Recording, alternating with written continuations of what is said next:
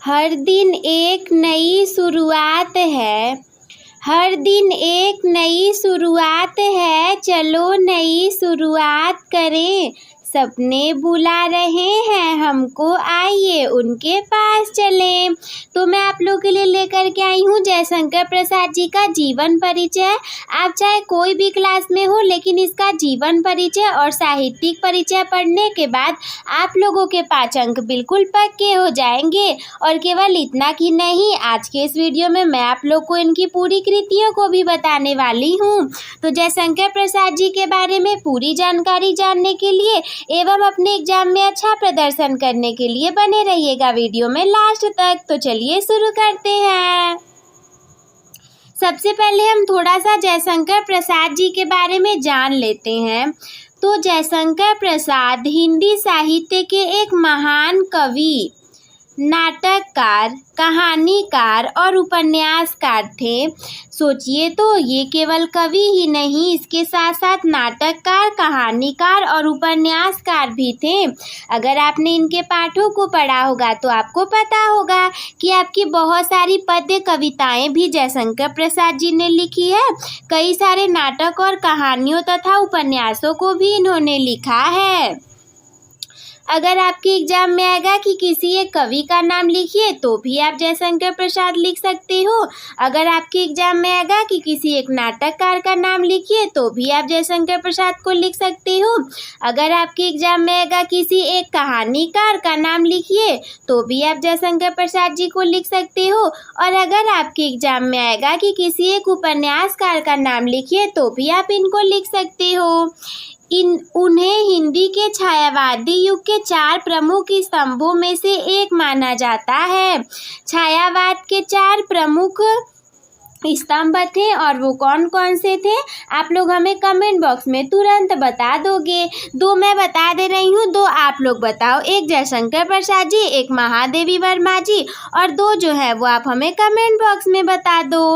उनका जीवन और साहित्यिक परिचय तथा उनकी प्रमुख कृतियाँ कुछ इस प्रकार हैं।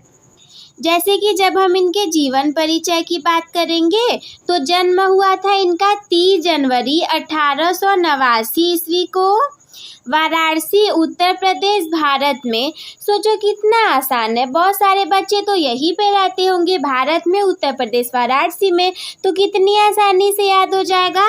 और 30 जनवरी 1889 में कैसे आप लोग के आपके 3-4 दोस्तों के घर परिवार सारी चीज़ें पता हो जाती हैं, इन लोग को भी आप लोग याद कर लीजिए, इनका भी घर परिवार याद हो जाएगा। मृत्यु की बात करें तो 15 नवंबर 1937 को वाराणसी उत्तर प्रदेश भारत में ही इनकी मृत्यु भी हो गई थी। इनका परिवार जो था वो वाराणसी के एक समृद्ध और प्रतिष्ठित सुंगनी साहू घराने से था, यानी कि किसी बेकार ऐरू गैरू घर के नहीं, बल्कि ये एक समृद्ध और प्रतिष्ठित सुंगनी साहू घराने से थे।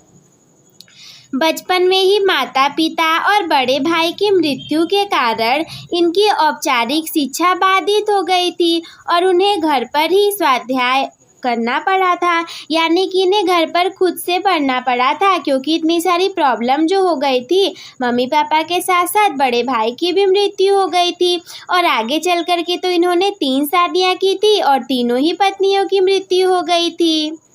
तो इन्होंने हिंदी, संस्कृत, अंग्रेजी और फारसी भाषाओं का बहुत गहन अध्ययन किया। ऐसे ही नहीं कि पढ़ लिया याद नहीं हुआ, बहुत गहन अध्ययन किया था इन्होंने। प्रसाद जी का जीवन संघर्षों से भरा रहा, लेकिन उन्होंने विपरीत परिस्थितियों में भी साहित्य सृजन जारी रखा। भले ही इनका जीवन संघर्षों से भरा रहा, लेकिन फिर भी इन्होंने विपरीत परिस्थितियों में ही साहित्य सृजन को जारी रखा। जयशंकर प्रसाद के जब हम साहित्यिक परिचय की बात करें, तो प्रसाद जी ने हिंदी साहित्य में छायावाद की स्थापना में महत्वपूर्ण योगदान दिया था। उनकी कविताओं में प्रकृति, प्रेम, सौंदर्य और रहस्यवाद का गहरा प्रभाव दिखाई देता है। ये सारी चीज़ें भी पूछी जाती हैं, पर बहुत आसान है, आप लोग एक बार पढ़ लोगे याद हो जाएगा, नहीं याद होगा तो रिवीजन कर लेना है। उनकी भाषा संस्कृतनिष्ठ खड़ी बोली है जिसमें कि माधुर्य, लाक्षणिकता और चित्रात्मकता का अद्भुत समन्वय है। इन्होंने अपनी रचनाओं के माध्यम से भारतीय संस्कृति, इतिहास और दर्शन को जीवंत रूप प्रदान किया।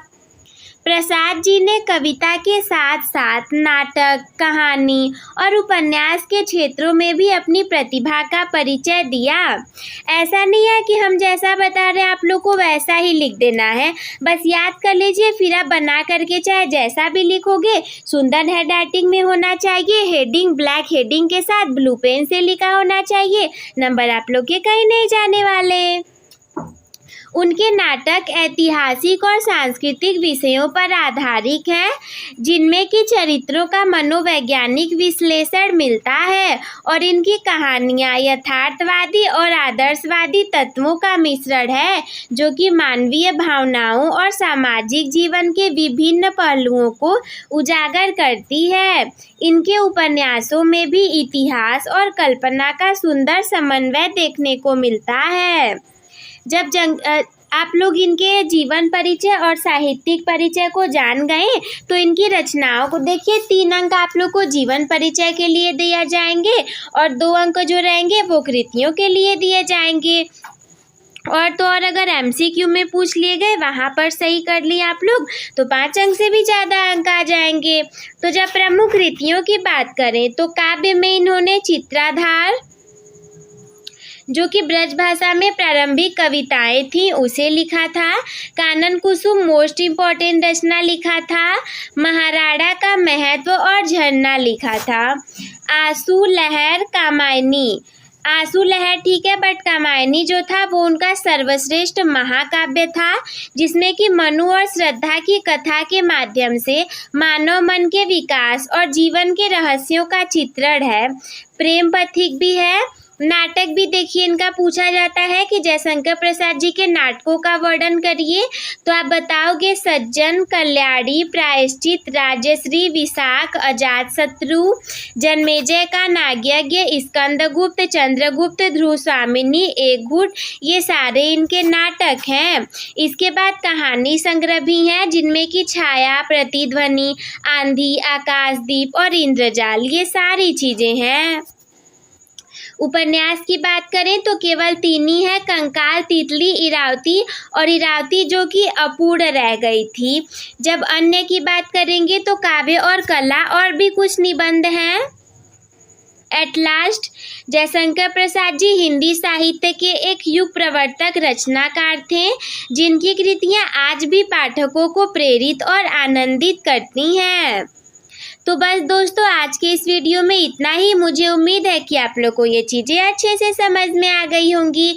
तो आप लोग को क्या करना है, अपने टॉपर बनने की जर्नी को टॉपर्स के साथ शुरू करने के लिए चैनल को सब्सक्राइब करना ना भूलें। और हमारे 5000 सब्सक्राइबर कंप्लीट हो चुके हैं, इसके लिए आप लोग का बहुत बहुत शुक्रिया।